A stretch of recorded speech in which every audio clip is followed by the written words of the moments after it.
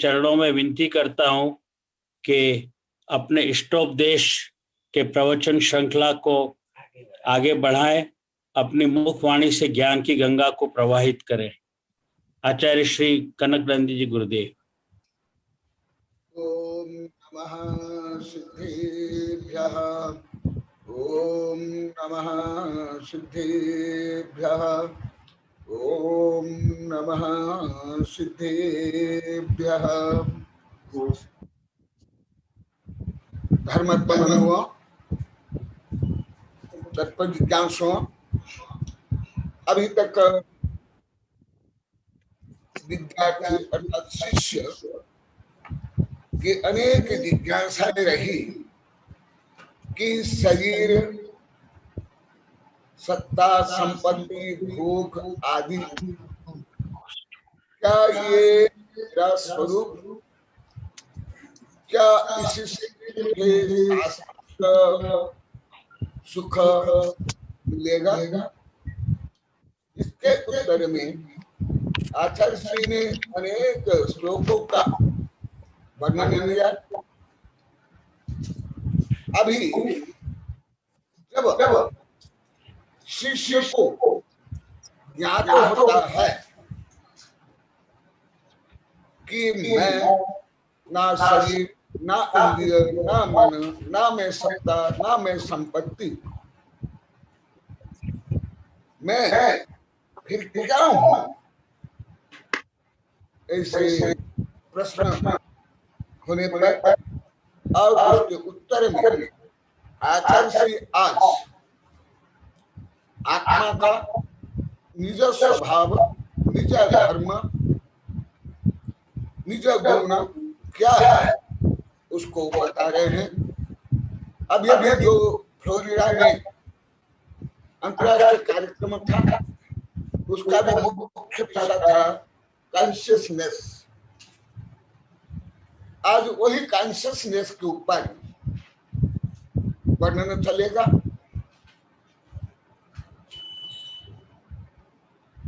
अथ एवं उद्बोधित सदधान विनयः पृच्छति स आत्मा कीदृश इति।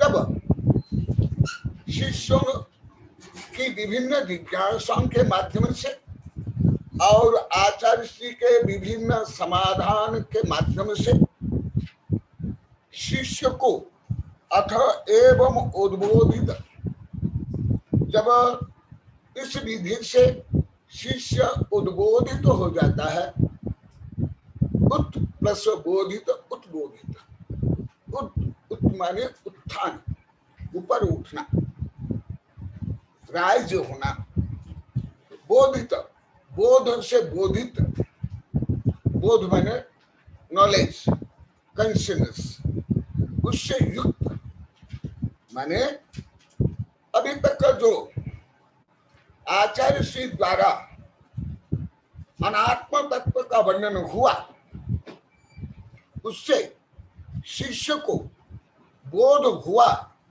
कि मैं शरीर नहीं, मैं इंद्रिय नहीं, मैं मन नहीं, मैं, हाँ माइक उच्च कर लीजिए, मैं ये नहीं, जैसे पहले भी वर्णन, अभी जो फ्लोरिडा इंटरनेशनल जो कॉन्फ्रेंस था उसमें भी मेरा मुख्य विषय यही था। तो सोल मैंने क्या, full consciousness, consciousness that means pure soul. Pure soul means pure soul is behind body, mind, senses. वही विषय पूरा जो फ्लोरिडा इंटरनेशनल जो कॉन्फ्रेंस का विषय है, पूरा आज वही विषय आया है यहाँ पर। भले इस विषय को विभिन्न प्रकरण में, विभिन्न ग्रंथों में, द्रव्य संग्रह में, तत्पर सूत्र में, और जो आत्मा की संकल्प शक्तियां है जो मेरे वैज्ञानिक शिक्षक की जिज्ञासा से मैं आप लोगों को पढ़ाया था, जिसके ऊपर फ्लोरिडा इंटरनेशनल कॉन्फ्रेंस पूरा उसके ऊपर ही था, आज ऐसे महानतम विषय का वर्णन चलेगा।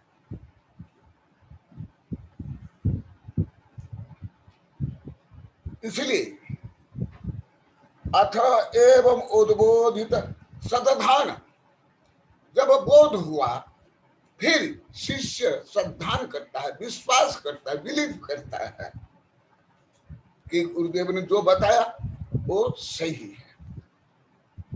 सदधान विनय पृच्छति, पुनः शिष्य प्रश्न करते हैं, स आत्मा कीदृश इति, यदि आत्मा माने शुद्ध आत्मा, प्योर कॉन्शियसनेस या प्योर सोल, जो आप लोग को द्रव्य संग्रह भी बहुत विस्तार से बता दिया गया निश्चय व्यवहार आदि दृष्टिकोण से, वह स आत्मा कीदृश इति, यदि यह सब नहीं है भगवान, शरीर इंद्रिया मन सत्ता संपत्ति राग द्वेष काम क्रोध मोह आदि, यदि आत्मा नहीं है फिर आत्मा का स्वरूप क्या है? इति यो युष्मार्भि घातव्य उपदिष्ट, हे भगवान आप हमें आत्मा का स्वरूप बताओ, जिससे हम आत्मा का ध्यान करके हम परमात्मा बनेंगे, हम शुद्ध बुद्ध आनंद बनेंगे, शाश्वत को सुख को प्राप्त करेंगे। पुमान सह किम स्वरूप इत्यर्थः गुरु रहा, ऐसे प्रश्न करने पर गुरु उत्तर देते हैं।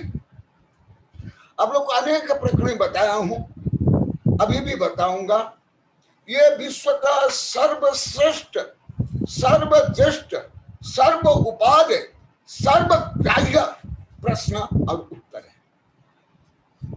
भले पहले विज्ञान इसके ओर ध्यान नहीं दिया, परंतु अभी विज्ञान भी इसकी ओर ध्यान दे रहा है।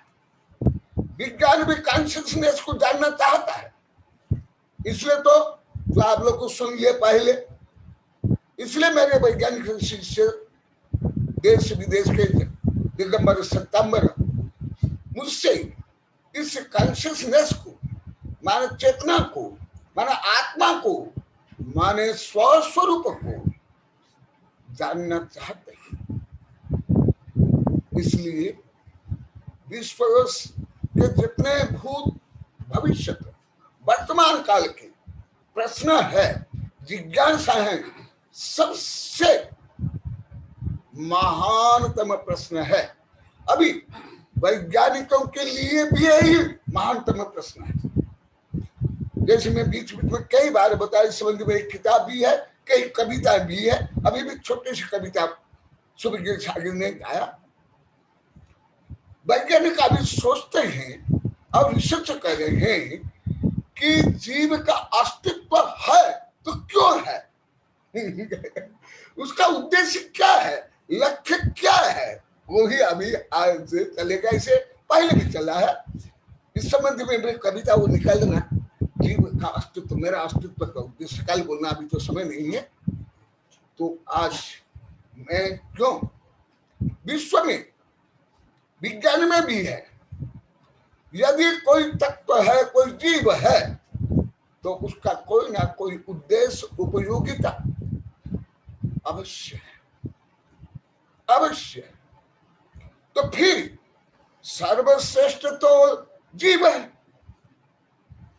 क्योंकि जीव ही सब जानता है, शोध बोध करता है। जैसे आप लोगों को मैं कई बार बताया, जब रविन्द्रनाथ ठाकुर और आइंस्टीन के भेद जापान में हुई, चर्चा हुई, जब रविन्द्रनाथ ठाकुर ने भारतीय संस्कृति, आध्यात्मिक संस्कृति के अनुसार आत्मा के बारे में बताए, तब आइंस्टीन आश्चर्यचकित हो जाते हैं, गौरवान्वित होते हैं और दुखी भी होते हैं, और आशा करते हैं कि मैं जिसके माध्यम से मैं अनुशय करके ब्रह्मांड को जानने के लिए मैंने पुरुषार्थ किया, परंतु जो जानता है, जो नोयर है, वो नोयर मैं हूं, परंतु मैं स्वयं को मैं नहीं जाना।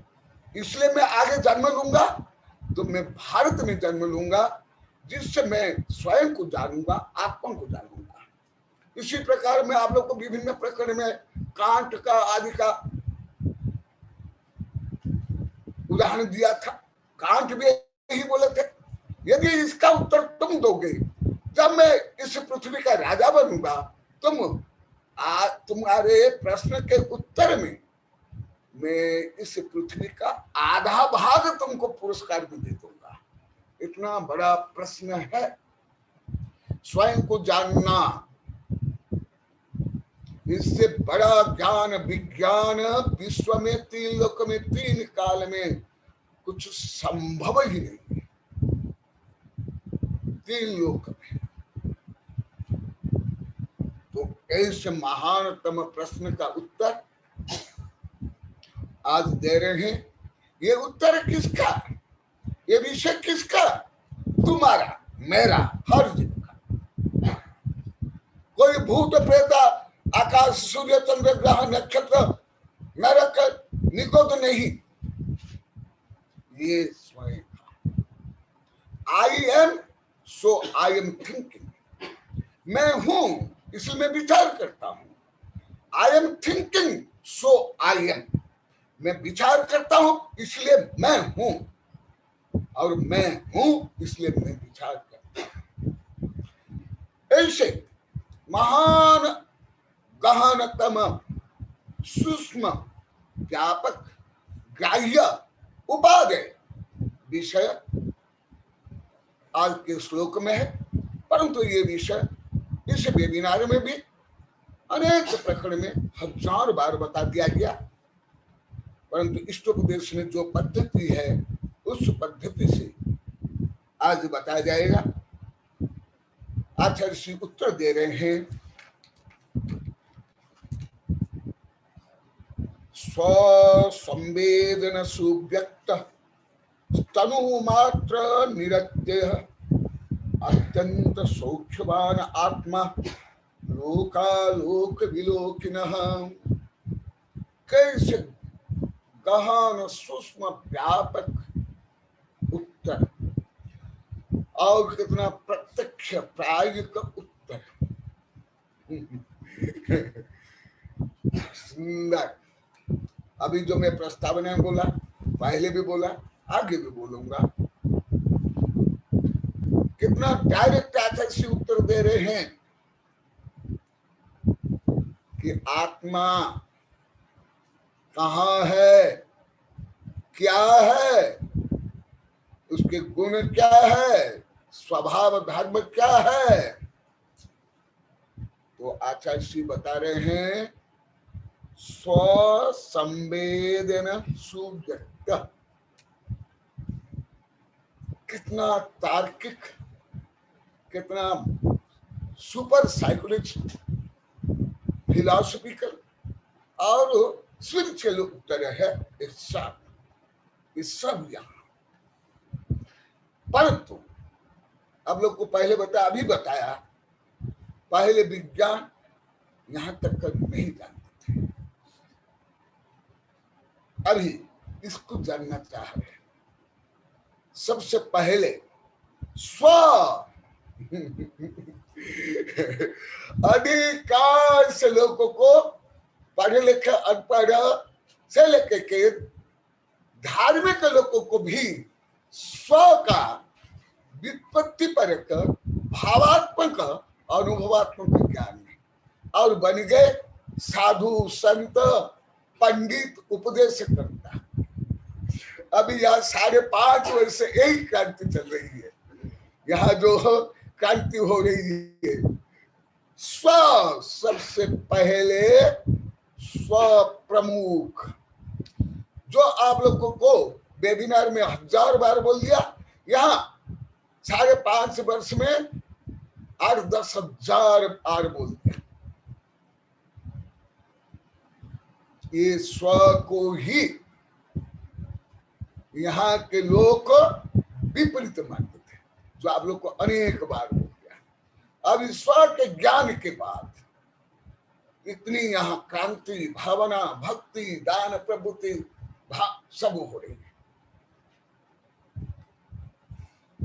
इसलिए स्व को जानना ही मानना सबसे कठिन। ये अभी केवल 21वां श्लोक में अभी आचार्य श्री स्व के बारे में बता रहे और स्व को ही जीव अनंत अनंत भव में नहीं जान पाया। राजा महाराजा देव, यहां तक कि द्रव्यलिंगी साधु आचार्य चतुर्थ काल में बन गया, घोराट घोर तप किया, हवा पी करके तप किया। अब ग्रीष्म ऋतु में पहाड़ के ऊपर तप किया, बरसात में पेड़ के नीचे तप किया और सर्दी में नदी के तीर में तप किया। परंतु आप लोग को पुराने पढ़ो, भले करुणा तो बहुत कठिन है, सबको समझ नहीं आएगा। पुराने पढ़, आदि पुराण, उत्तर पुराण। इसलिए स्व सबसे महान। स्व माने, जैसे आप लोग को पहले मानते थे, स्व माने घमंड, स्व माने अहंकार, स्व माने ये हड्डी मांस टट्टी पेशाब का ये जो पिंड, वो स्व। देह जीव को एक गिने सो बहिरात्म तत्व मुधा है। जो शरीर को मैं मानता है, सामान्य 6 डाला में लिखा, वो मूढ़ाति मूढ़, पापी से पापी, कुज्ञानी से कुज्ञानी, मिथ्या दृष्टि के महामिथ्या दृष्टि और अनंतानंद क्रोध मान माया लोभ और अप्रत्यक्षान क्रोध मान माया लोभ और प्रत्यक्षान क्रोध मान माया लोभ और संदलन और नौकशा से युक्त अवश्य में अनिवार्य रूप में होगा ही। जैसे पेड़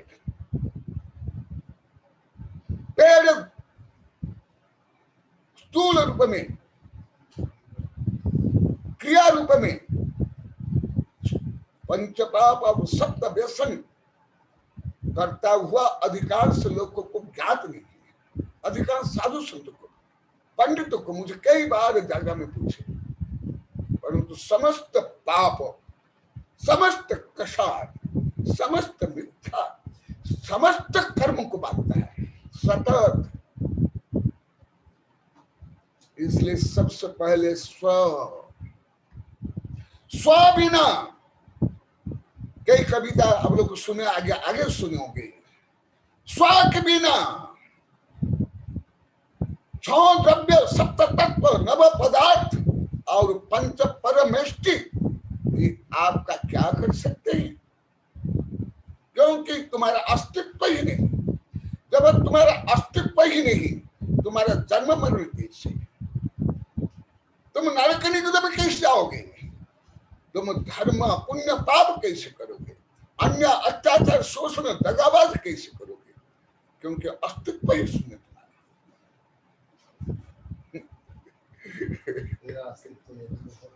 देखा, इसलिए स्व, इसलिए आप लोग कई बार बोला आज डायरेक्ट आया है। इसलिए स्व को भारतीय भाषा में उत्तम पुरुष कहा जाता है, एक वचन। और इंग्लिश में always I must be capital. I जहां भी हो, बिगिनिंग में हो, एंड में हो या मध्य में हो, आई ऑलवेज कैपिटल होगा, क्योंकि आई सर्वश्रेष्ठ है विश्व में। इसलिए स्व। तो यदि स्व को नहीं जानोगे, मानोगे, तो फिर तुम्हारा आत्मश्रद्धा, आत्मज्ञान कैसे होगा? आत्मविश्वास कैसे होगा?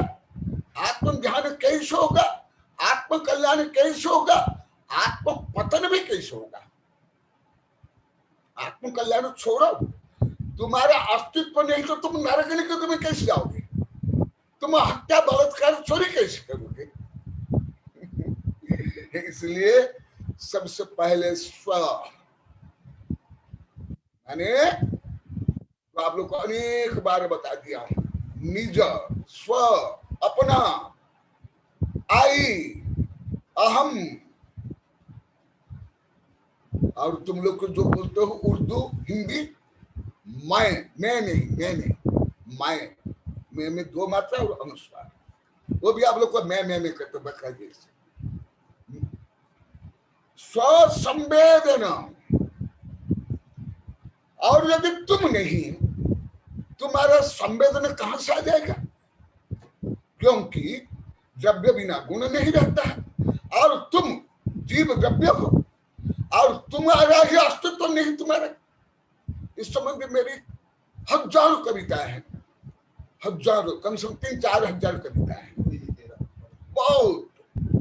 इसलिए स्व होने के बाद उसका संवेदन होगा, जो आप लोग को बता दिया, ज्ञान, दर्शन आदि और अनुभव, जो अभी मैं और विस्तार से बताऊंगा। स्व संवेदन सुव्यक्त, तुम स्वयं को केवल स्व संवेदन से ही जान सकते हो। जैसे अभी वैज्ञानिक विभिन्न उपाय से आत्म तत्व को पूर्ण नहीं जान पाए, इसलिए वो अभी आध्यात्म को ओर आ रहे हैं, जैन धर्म के लिए आ रहे हैं। इसलिए स्व संवेदन, संवेदना जो आगे और विस्तार से पहले भी बताया, संवेदना केवल आप लोग कोई मर गया उसके लिए संवेदना जो प्रकट करते हो, इतना ही नहीं, परंतु वो भी संवेदना। यदि तुम्हारा अस्तित्व नहीं है, कोई मरा, तो तुम संवेदना कैसे प्रकट करोगे। जैसे निर्जीव, धर्म अधर्म, आकाश काल, एटम, स्कंद संवेदना व्यक्त करते हैं क्या।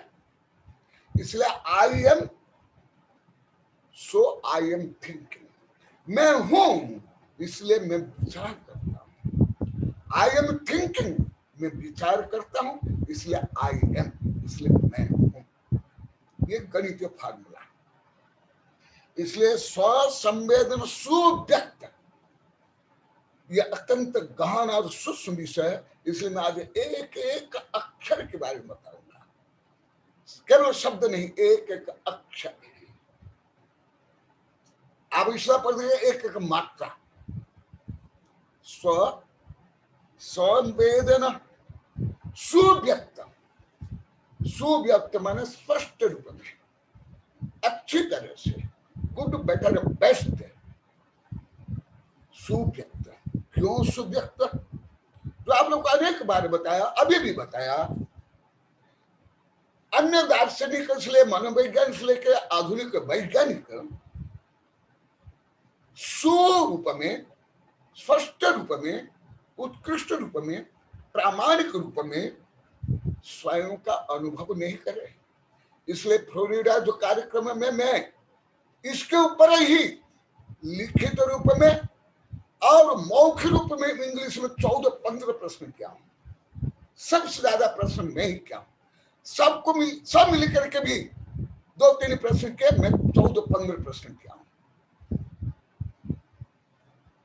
आज सर्टिफिकेट भी आ गया वहां का अमेरिका से, कोई उत्तर नहीं दे पाए। अब लोग कई बार बता दिया, बार बार यहाँ भी फोन आया, मेरे शिष्य कक्षा साहब के पास आया, गुरुदेव के प्रश्न अति गहन है, हम अभी तैयार नहीं है, हमें इसका ज्ञान नहीं है, गुरुदेव हमें नहीं पूछेंगे। आज वही उत्तर आप लोग को दे रहा हूं जो पूरी पृथ्वी के वैज्ञानिक नहीं दे सकते हैं, दार्शनिक नहीं दे सकते हैं, जज प्रोफेसर नहीं दे सकते हैं, अरबपति खरबपति नहीं दे सकते हैं, जीनियस से जीनियस वाले नहीं दे सकते हैं। आइंस्टीन हो या हॉकिंग हो या सुकरात हो या प्लेटो हो या अरिस्टोटल हो या हेगल हो, कन्फ्यूशियस हो या चार्वाक हो, जो नहीं दे सकते हैं वो उत्तर जो सर्वज्ञ भगवान ने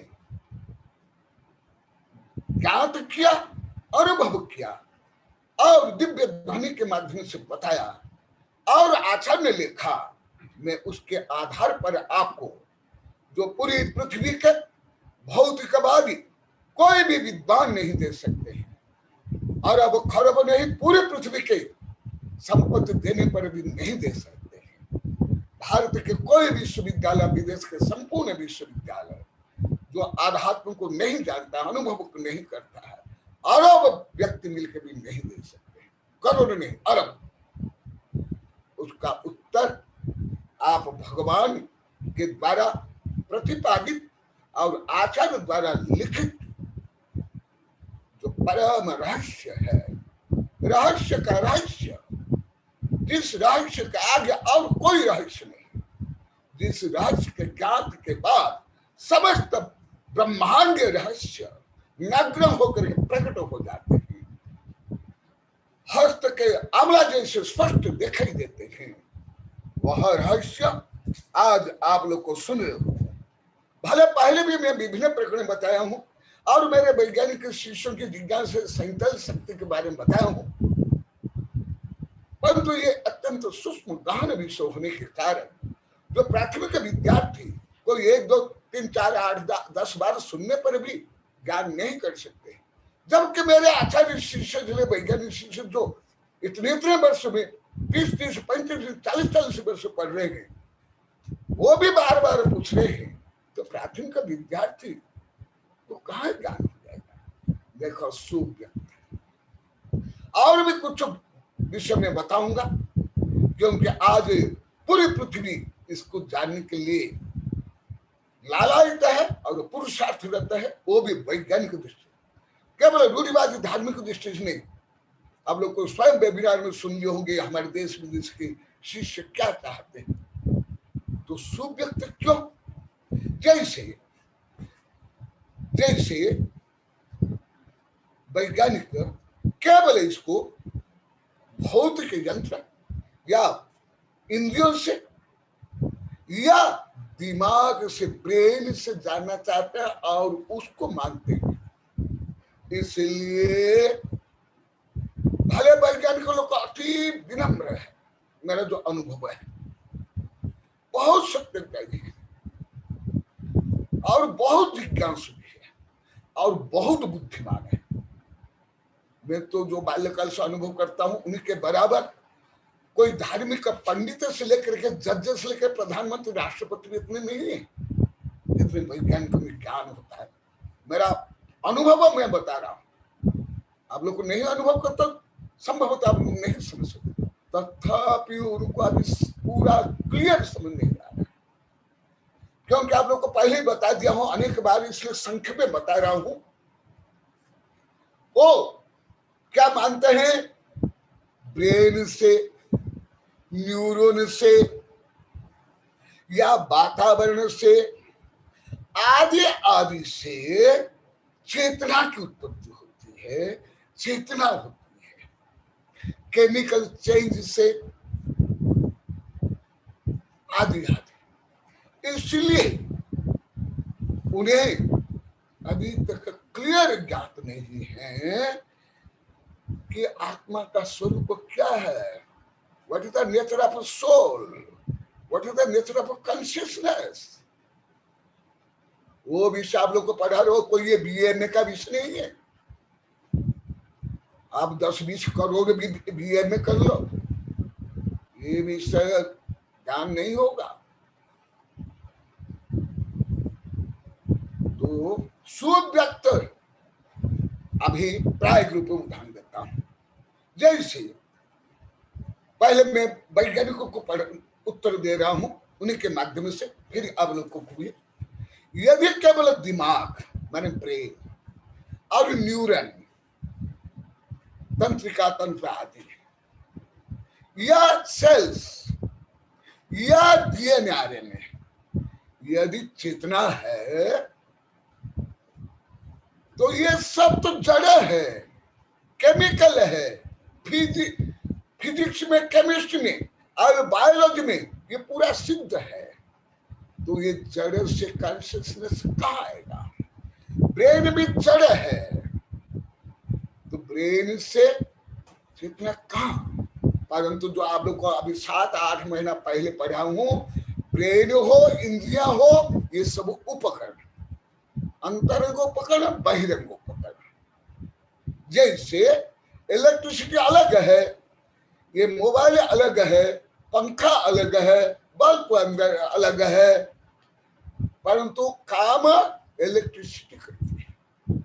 इसी प्रकार ये जो ब्रेन से लेकर ये सब शरीर है, ये उपकरण, और चेतना है एज लाइक इलेक्ट्रिसिटी।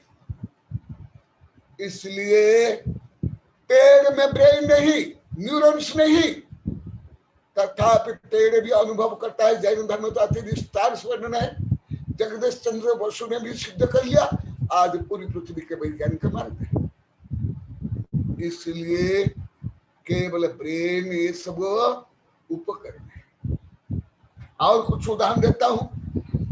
सुव्यक्त तनु मात्र निरक्त,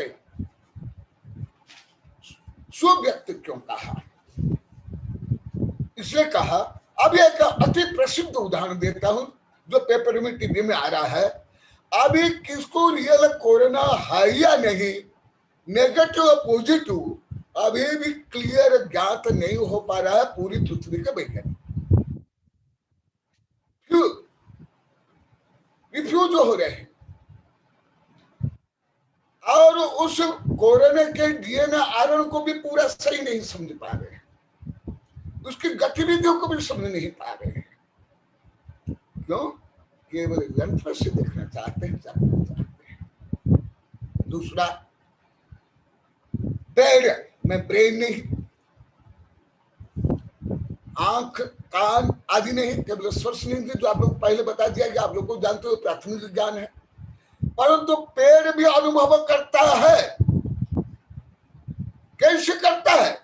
सर्वांग से करता है, जड़ से लेकर पत्ती तक, छाल से लेकर के हर अवयव से। जैन धर्म में तो अति विस्तार से वर्णन है, और आज विज्ञान भी सिद्ध कर लिया। यहां तक कि पेड़ को ज्ञान हो जाता है, पूर्वाभास हो जाता है, आगे वर्षा होगी कि नहीं, कम होगी कि अधिक होगी, किस दिशा में अधिक वर्षा होगी, और उसके अनुसार जिस वर्ष कम वर्षा होगी उस वर्ष वो पेड़ जल्दी फूल उगा लेता है और फल जल्दी उगा लेता है, और वो फल परिपक्व जल्दी हो जाता है। ये शकुन विज्ञान और उच्चतम विज्ञान है।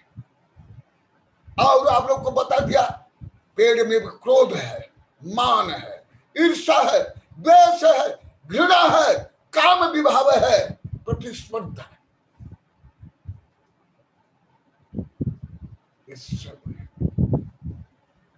इसलिए संवेदना से ही ज्ञान होगा। जैसे फॉर एग्जाम्पल,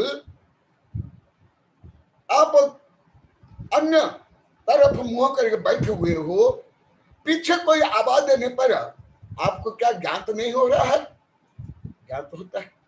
कोई आकर सुई चुभा लिया आपके शरीर में, तो आपको पीड़ा नहीं होती है।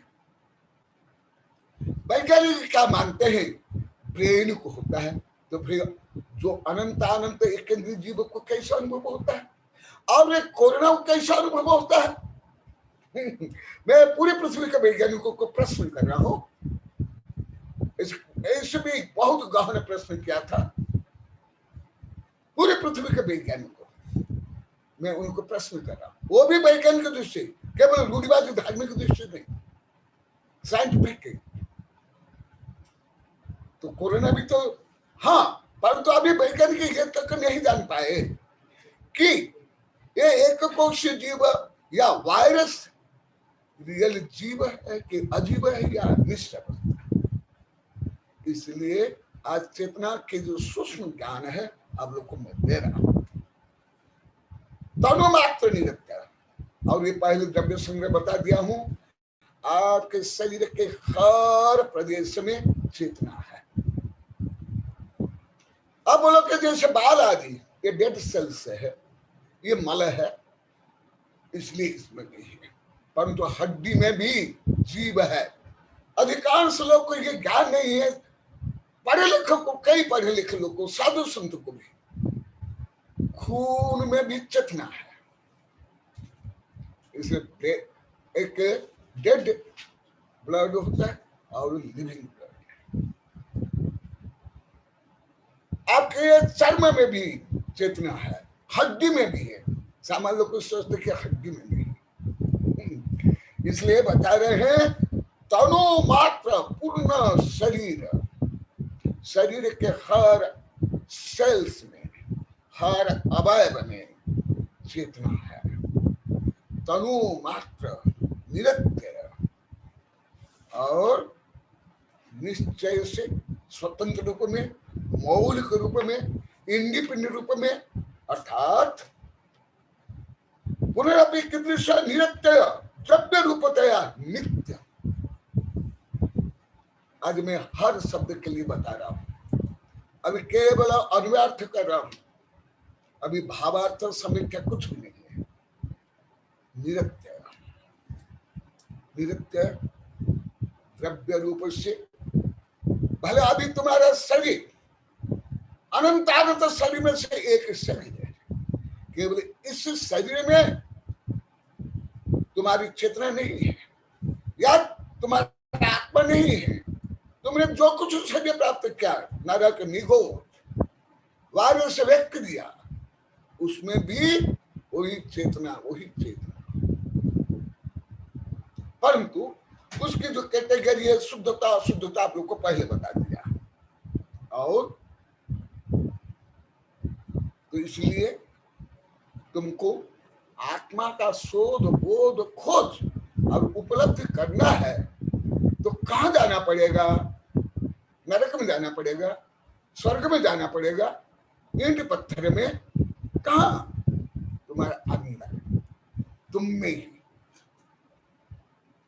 तुम्हारा स्वयं का शोध बोध करने के लिए तुम्हें ही परम लेबोरेटरी, परम ग्रंथ हो, परम यंत्र हो, परम साधन हो, परम उपाय हो, परम गणित हो, क्योंकि तुम तुम्हारे शरीर में ही हो। इसलिए आचार्य श्री बता रहे हैं तनु मात्र। हाँ, उसके लिए साधु बनना, जंगल में जाना, निर्गंध होना, ये सब है। परंतु जंगल में भी जा करके, एकांत में भी तीर्थंकर से लेकर के कनकनंद तक आत्मा को कहां से प्राप्त करेंगे? आत्मा का श्रद्धान ज्ञान कहां से करेंगे? और वो ज्ञान कहां होगा? स्वयं को होगा ना, स्वयं के द्वारा, स्वयं की चेतना में। भले ये सब साधन है और वो चाहिए भी, परंतु यदि तुम स्वयं में स्वयं नहीं ढूंढते हो, तुमको तुम्हारा आत्मा ब्रह्मांड में कहीं भी नहीं मिलेगा। ना सिद्धशिला में, ना निगोद में, ना नरक में, ना समोषण में।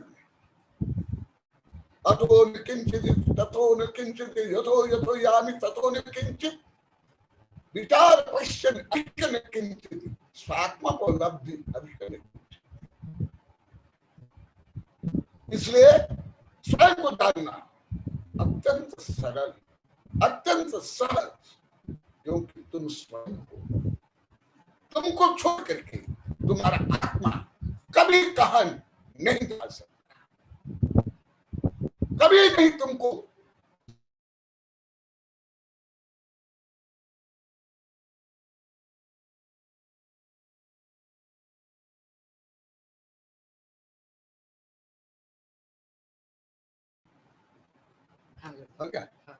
हाँ। और अत्यंत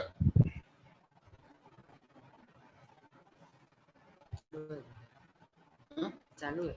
अत्यंत सौख्यवान आत्मा। देखो, हर जीव सुख क्यों चाहते हैं?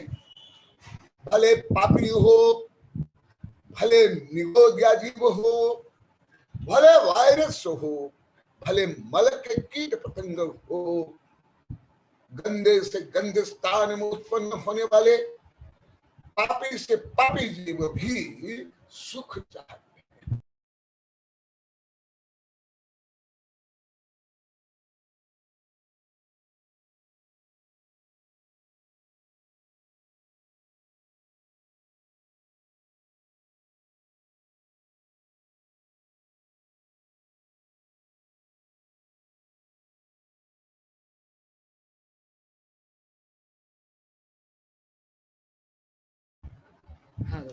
हाँ, देखा, अत्यंत सौख्यवान आत्मा। हर जीव जो सुख चाहते हैं उसका मूल कारण है आत्मा का स्वभाव, आत्मा का धर्म, आत्मा का अधिकार, आत्मा का कर्तव्य सुख है। सुख के लिए ही तीर्थंकर तक, चक्रवर्ती तक साधु बनते हैं। सुख के लिए ही वेश्यागामी वेश्या सेवन करता है, चोर चोरी करता है, आत्महत्या करने आत्महत्या करते हैं, शराब परिवार आदि पीते हैं। भले एक अशुभ, एक शुद्ध, एक अशुद्ध, परंतु सबका लक्ष्य सुख है। मनोविज्ञान में अभी ये सब विस्तार से वर्णन है, बहुत सिद्ध हो गया। अभी अभी कोरोना काल में शराब पीने वाले, नशीली चीज यूज करने वाले, उनकी संख्या बढ़ गई, क्योंकि टेंशन से वो संतुष्ट होकर के, एकापीपन से संतुष्ट होकर के स्वयं को सुख पहुंचाने के लिए, टेंशन दूर करने के लिए वो नस्ली चीज करते हैं। क्यों? क्योंकि आत्मा का स्वभाव सतत सुख है। इसलिए जब वास्तविक सुख शुभ रूप में, शुद्ध रूप में सुख नहीं मिलता है, तब जीव अशुद्ध रूप में, पाप रूप में, गलत रूप में सुख प्राप्त करना चाहता है। चाहता क्या? स्वभाव है, नेचर है, स्वयं प्रवृत्ति। जैसे आप लोग को अनेक बार बता दिया, पेड़ भी सूर्य किरण को ग्रहण करने के लिए जिधर सूर्य किरण है वो शाखा उधर जाती है, और जिधर खाद है, पानी है या संपत्ति है, जड़ स्वाभाविक रूप में। तो जीव का सबसे बड़ा गुण है सुख। सुख, यही सुख के लिए ही जीव अशुभ, शुभ और शुद्ध समस्त वैभाविक भाव से लेकर के स्वाभाविक भाव और कर्तव्य और धर्म पालन करता है। परंतु मोह के कारण, अशुभ कारण, पाप के कारण और अधिक दुखी होता है, जो पहले वर्णन आ गया। परंतु लक्ष्य तो केवल सुख है। साधु भी क्यों बनते हैं? क्या स्वयं को दुख देने के लिए? जो शराब पीने वाले शराब क्यों पीते हैं? सुख देने के लिए। आत्महत्या भी क्यों करते हैं? उस संकट से, उस संतरास से, उस टेंशन से निवृत्त होने के लिए। इसलिए सुख जीव का सार्वभौम और सर्वोच्च धर्म है, गुण है, जो आप लोग को संचल शक्ति में अति विस्तार से पढ़ा गया हूं। और अरिहंत सिद्ध प्रकरण बहुत लगभग 21-22 दिन कम से कम पढ़ा हूं, इसलिए इसको कम बता रहा हूं। इसलिए जहां आपको आध्यात्मिक सुख जिस उपाय से मिलता है वही धर्म है। यदि आपको आध्यात्मिक सुख, संतुष्टि परक, तृप्ति परक सुख नहीं मिला, आप कोई धर्म नहीं करते। क्योंकि धर्म सर्व सुखा करो हित करो। धर्म समस्त सुख के लिए आकार उपाय साधन है। इसलिए आचार्य श्री बता रहे हैं स्व अत्यंत सौख्यवान, माने अति अंत, माने परम, एक्सट्रीम, एब्सोल्यूट सौख्यवान आत्मा। आत्मा का स्वरूप बता रहे हैं, मैंने कौन सा आत्मा जो स्वर्ग नरक पाताल में? अरे तुम्हारा स्वरूप बता, मेरा स्वरूप बता रहे। तुम लोग को सोचते धर्म और कहाँ है, स्वर्ग मुख्य और कहा? अरे स्वर्ग मुख्य, धर्म पुण्य पाप तुम्हारे अंदर तुम ही हो, और कोई नहीं, संभव भी नहीं, असंभव। जो पहले आखिरी विस्तार से पढ़ा दिया, आगे पढ़ाया जाएगा। और क्या बता रहे हैं? लोकालोक विलोकिनः,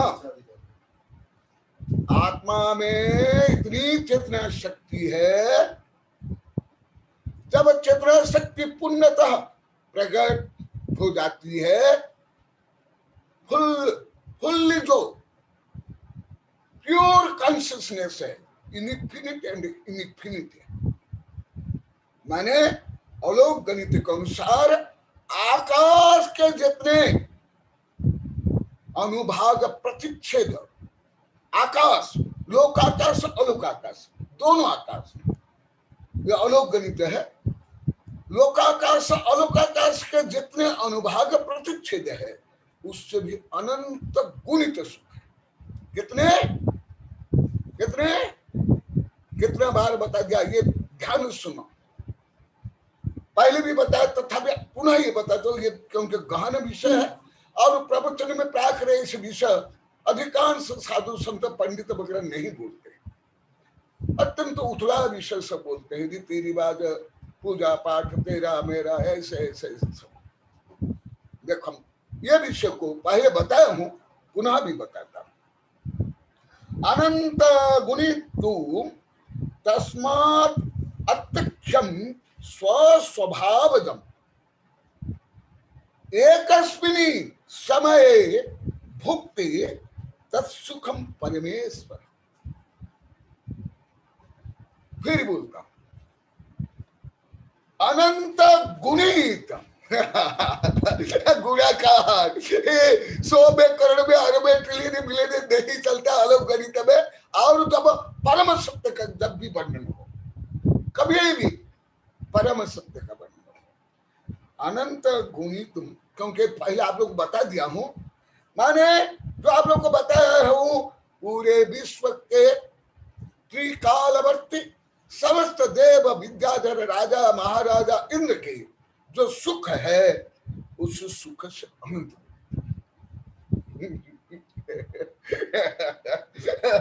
अनंत गुणितम तस्मात् अत्यक्षम स्वस्वभावतम। स्व अभी चलना, स्व मैंने आई, अहम, अहंकार रूप में नहीं, शरीर रूप में नहीं, अष्टमद रूप में नहीं, स्व स्वभावजम, जो स्व माने आत्म स्वभाव से जो उत्पन्न सुख, इंद्रिय जनित नहीं, सत्ता संपत्ति प्रसिद्धि जनित नहीं, क्योंकि ये सब अशुद्ध अवस्था है, ये द्रव्य नहीं है, ये सब मोडिफिकेशन है, ये सब पर्याय है, और वो भी अशुद्ध पर्याय है। इसलिए अशुद्ध पर्याय में अनंत शक्ति प्रकट हो ही नहीं सकती, भले भौतिक में हो या आत्मा में हो, या धर्म द्रव्य अधर्म आकाश, भले दो ही द्रव्य अशुद्ध होते हैं। स्वस्वभावजम एकस्मिन् समय, एक सेकंड नहीं, सेकंड नहीं, सेकंड का करोड़ अरबों भाग भी नहीं, एकस्मिन् समय भुक्ते, भुक्त माने ऐसे भोजन करना नहीं, अनुभव करना। जो यहाँ आया ना, उसको मैं क्लियर कर रहा हूं। स्व संवेदन सुव्यक्त तनु मात्र निरक्त, अत्यंत सौख्यवान। देखो एक समय भुगते, इसलिए तीर्थंकर के सामने इंद्र, सो इंद्र, गणधर, राजा महाराजा चक्रित क्यों नतमस्तक होते हैं। जैसे बड़ा चुंबक को छोटा चुंबक को आकर्षित करता है, इसी प्रकार इस गैलेक्सी में या ब्रह्मांड में विज्ञान के अनुसार भी जिसमें मास ज्यादा होता है, जिसमें ग्रेविटी ज्यादा होता है, वो दूसरों को खींचते हैं। जैसे ब्लैक होल, अन्य ब्लैक होल, अन्य स्टार अन्य को भी खा लेता है, इसे विज्ञान के अनुसार। इसी प्रकार आत्मा में जो अनंत शक्ति है, वो अनंत शक्ति की अभिव्यक्ति 13वां गुण स्थान में होती है, अर्हंत अवस्था में। इसीलिए अर्हंत अवस्था में कोई उपसर्ग कोई नहीं कर सकता। पार्श्वनाथ भगवान के ऊपर उपसर्ग हुआ, या महावीर भगवान के ऊपर उपसर्ग होगा, या साधु संत के ऊपर उपसर्ग होता है, बुद्ध से ईसा मसीह आदि को। परंतु कब हुआ? जब उनमें अनंत ज्ञान, अनंत दर्शन, अनंत सुख, अनंत वीर्य प्रकट नहीं होते। उसके बाद कोई उपसर्ग कर ही नहीं सकता है। 3 लोक के कोई भूत प्रेत राक्षस नहीं कर सकते। क्यों? यही गणित है। गणित सुन लो, मूल रूप में गणित, अलोक गणित समझ। क्यों? जैसा अभी आपको मैं बताया, विज्ञान के उदाहरण में दिया, भले वो धर्म का अनुसार अलग विषय। एक माने कोई कुछ किलोमीटर का एक ब्लैक होल करोड़ों किलोमीटर व्यास वाले सूर्य को भी आकर्षित कर लेते हैं और उसको निगल लेते हैं। क्यों? उसमें इतनी ऊर्जा है, इतनी शक्ति है, जब तो उसमें पावर है। इसी प्रकार अर्हंत अवस्था के बारे में जो आप लोग को बताया था, वो भी यहाँ जोड़ो कि अर्हंत अवस्था में क्यों सो इंद्र पूजा करते हैं, क्यों ये सब चमत्कार होता है। केवल ज्ञान होने के बाद कोई उपसर्ग नहीं कर सकता। एक कमठ क्या, करोड़ों कमठ में नहीं कर सकते। क्यों? यही देखो, ये गणित सुन लो। एक समय जैसे ये विषय समझने के लिए जो उच्चतम विज्ञान का उदाहरण है, मुझे सर्वश्रेष्ठ लगते हैं। ये सामान्य उदाहरण तो मैं लगभग 42 से 45 वर्ष से प्रयोग नहीं करता हूँ, भले दूसरों को पढ़ाने के लिए करता हूँ। ज्यादा करके मैं व्यक्तिगत में, आप लोग कई बार बोला, ये जो ज्यादा कर साधु संत जो प्रवचन में बोलते हैं, ऐसे उदाहरण में प्रायः मुझे अच्छा नहीं लगता है, मुझे बहुत हल्का लगता है। जैसे मैं कई बार बोला, मैं 1921 में भी वहां सबरम कलर पूछा था। विज्ञान के जो कुछ उच्चतम उदाहरण, बहुत अच्छा उदाहरण है। भले वो सिद्ध नहीं हुआ, अन्य वो अलग बात है, कि ये आत्मा की शक्ति को जानने के लिए जो मूर्ति की शक्ति, भौतिक शक्ति का विज्ञान होना चाहिए। जैसे मैं आप लोग कई बार बोला, मेरी किताब भी है अनंत शक्ति संपन्न परमाणु से परमात्मा, राजमल की प्रार्थना से बने हुई है। कई बार आप लोगों को बताया, उसमें विस्तार से लिखा हूं, वो यहाँ लिखा। क्या विज्ञान के अनुसार ये पृथ्वी या कोई सूर्य जैसे ब्लैक होल अन्य कई सूर्य को आकर्षित करके उसको स्वयं में गर्भित कर लेता है, में खा लेता है, इसे बोलते हैं।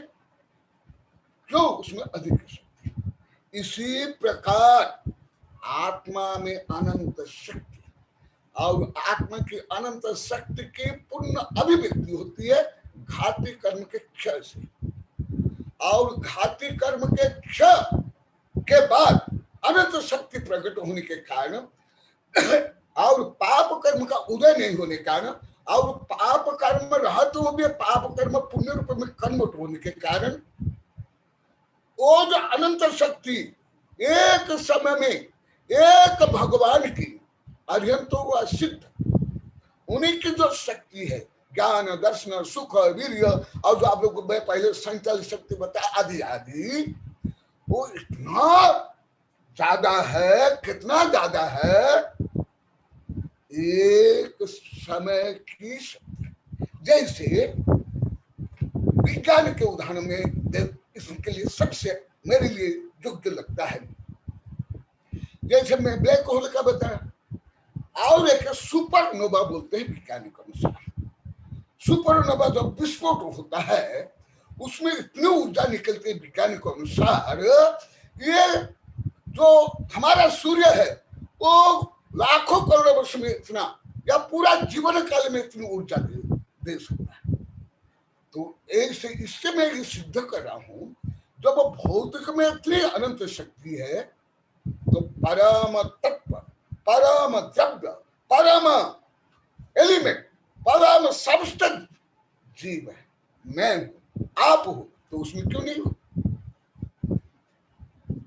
क्यों नहीं हो? जब जड़ में है तो आत्मा में क्यों नहीं?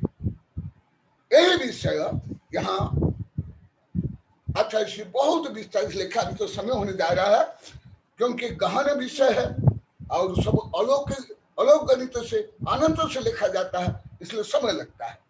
लोकालोक विलोकिनः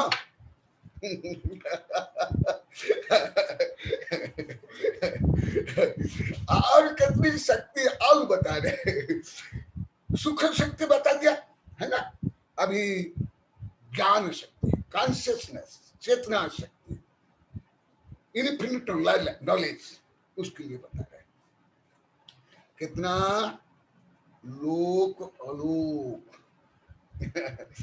कल मैं विदेशी वैज्ञानिक चैनल में देख रहा था, ये टेलीस्कोप का कैसे क्रम विकास हुआ, ग्लास से लेकर के आधुनिक टेलीस्कोप का। खुद राजमल भी हम लोग को लेकर गए थे दिखाने के लिए, खुद बताए थे तो कैसे उसका विकास होते होते पहले कुछ मील तक दिखाई दिया, अभी वैज्ञानिक अनुसार 1000 प्रकाश वर्ष तक वो देख पा रहे हैं। कैसे? देखो क्लास कल भी पूरा 1 घंटा आया था, उसको मैं देखा हूं, पहले भी पढ़ा देखा था, कल भी देखा था। ग्लास सामान्यतः सिलिकॉन में ही बनता है, हाँ उसको केमिकल ये करके उसको रिफाइन करके उसका आकार प्रकार देते हैं, परंतु वही सिलिकॉन ही वो जब स्वच्छ होता है और उसको विभिन्न आकार में उसको एडजस्ट करते हैं, तो वही रेत, वही सिलिकॉन, वही ग्लास लाखों करोड़ मील नहीं, अरब खरब मील नहीं, ये मील तो कोई काम का नहीं है जो ब्रह्मांड गणित किया जाता है। ब्रह्मांड गणित में के टन मील कोई काम के नहीं है, वहां अलग गणित चलता है। सूर्य को 1 ग्राम रूप में लिया जाता है, प्रकाश वर्ष को 1 मीटर रूप में लिया जाता है। ऐसे ही उससे भी अनंत गुणित जो विज्ञान के जो है उससे भी अनंत गुणित। तो जैसे एक ग्लास, एक सामान्य रूप में कहेंगे सिलिकॉन रेत, वो कितना लाखों प्रकाश वर्ष दिखाने के योग्य बन जाता है। इसी प्रकार आत्मा जब स्वच्छ हो जाता है,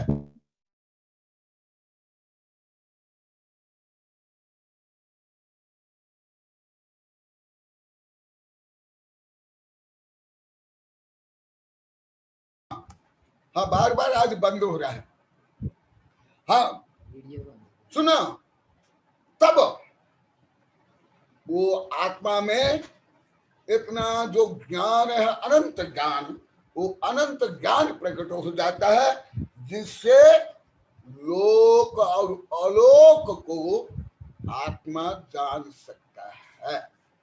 तो वही जानने की शक्ति मुझ में है, आप में है, निगोगिया में है, वायरस में है, बैक्टीरिया में, परंतु अनंत नहीं, एक अक्षर का लब्धाक्षर, एक अक्षर का भी ज्ञान नहीं है। परंतु जैसे मैं अभी उदाहरण दिया, कहाँ सिलिकॉन और कहाँ जो अंतरिक्ष में जो टेलीस्कोप आ दिया हाई बड़े बड़े, कहाँ कितना तो दिखे। इसी प्रकार संक्षेप में क्योंकि समय होने जा रहा है, और एक श्लोक को इसी संबंधी सामान्य रूप में बोले के पूरा करता हूं। ये आत्मा को जानने के लिए और क्या उपाय है? वेदत्वं वेदकत्वं च यत् स्वस्य स्वेन योगिनः तत् संवेदन प्राहु आत्मन अनुभव दृश्यम्। वेदत्वं वेदकत्वं माने नॉलेज नोबल थिंग, नोयर आत्मा, नॉलेज उसका गुण, और नोबल थिंग आत्मा से लेकर परमात्मा और पूरा विश्व। वेदत्व वेदकत्व च यत् स्वस्य स्वेन योगिना, ये सब कहाँ? स्वयं में ही है, स्वयं के द्वारा ही है। इसलिए तो आप लोग को मैं बताया, पहले भी पढ़ाया, जैन धर्म के अनुसार कि आत्मा अमूर्तिक है, चेतनामय है, भौतिक नहीं है, केमिकल नहीं है। वो यहाँ पर उसको अच्छा से स्पष्ट करे हैं, यह तो स्वसंवेदन योगिना, स्वसंवेदन से ही उसका ज्ञान होगा। आप लोग को भी स्वसंवेदन ज्ञान होता है। भले वो जो आप लोग को पहले बता दिया गया, सम्यक दर्शन सम्यक ज्ञान नहीं होने के कारण वो जो चेतना की शक्ति आत्मा में प्रवृत्त नहीं होती है, वो बाह्य में प्रवृत्ति होती है। मैं फ्लोरिडा जो इंटरनेशनल कार्यक्रम में कई प्रश्न इस संबंधी में किया था कि क्यों स्वयं वैज्ञानिक स्वयं को क्यों विश्वास नहीं करें, क्योंकि स्वयं तो वैज्ञानिक आत्मा है और ज्यादा ही आईक्यू वाले हैं, ज्यादा पुरुषार्थी है।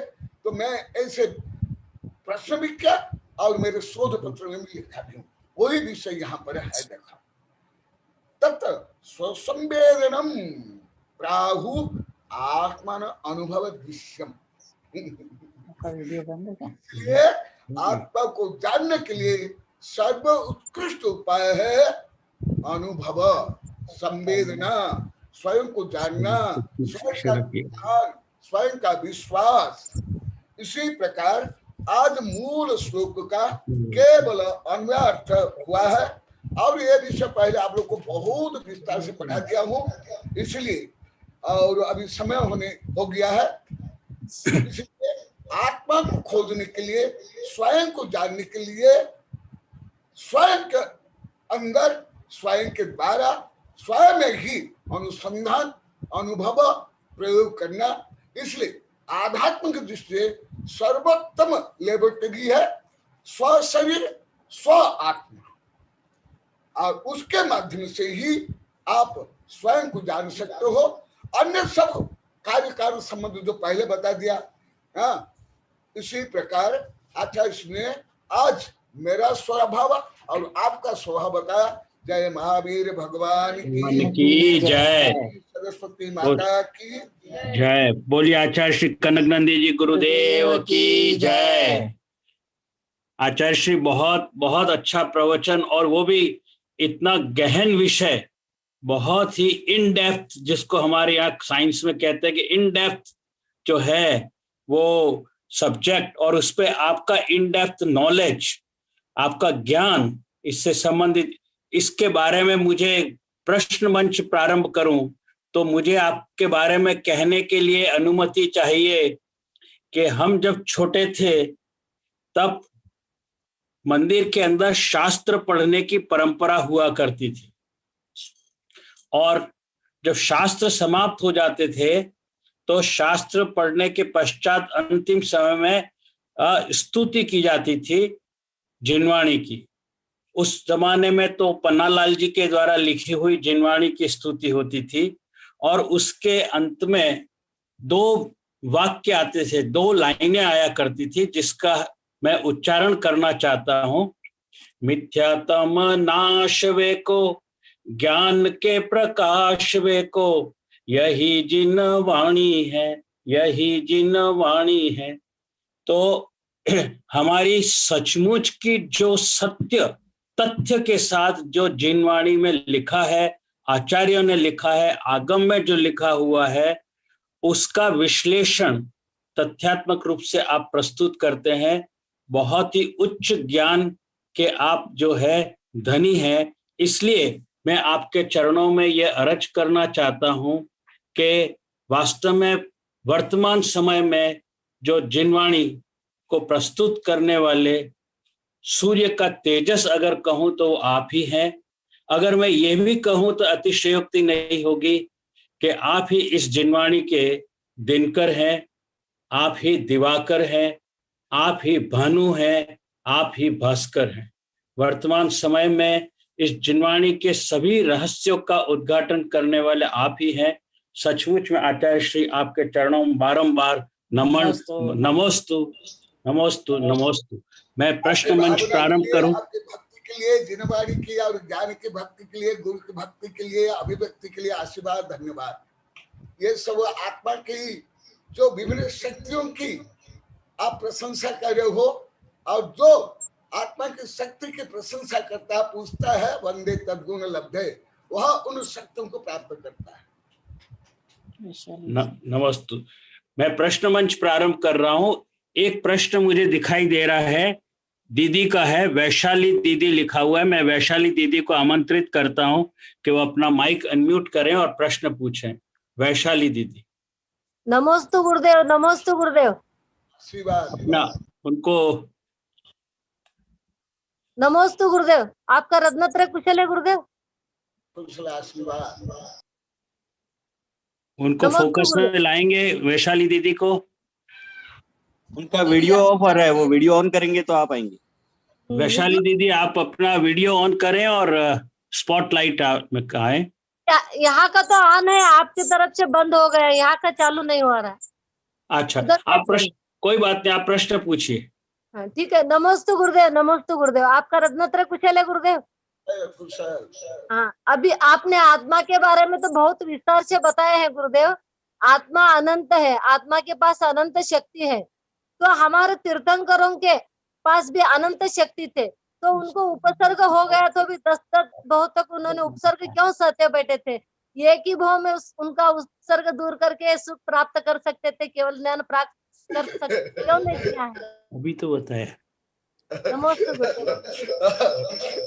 विभिन्न प्रकरण में सब बताया हूँ, तथापि आपकी जिज्ञासा कर अति संख्या में बता रहा हूँ। जो उपसर्ग हुआ था छद्मस्त अवस्था में, अर्थात घाती कर्म के उदय से, माने ज्ञानामरणीय, दर्शनामरणीय, मोहनीय और अंतराय, इनके कारण जो आत्मा की अनंत शक्ति वो प्रकट नहीं हुई थी। और पाप कर्म भी, घाती कर्म तो महानतम पाप, और अन्य पाप कर्म भी उदय था, जिसके कारण और जो कभी कुछ पूर्व शत्रुता भी थी, ये सब कार्य कारण संबंध से उपसर्ग हुआ। परंतु उपसर्ग के मध्य में भी जैसे केवल पार्श्वनाथ भगवान या महावीर भगवान को उपसर्ग नहीं हुआ है। हर तीर्थंकर के समय में 10-10 अंतःकृत के भी होते हैं और उपसर्ग विजय के भी होते हैं, और उपसर्ग से उनके केवल ज्ञान होता है और मोक्ष जाते हैं।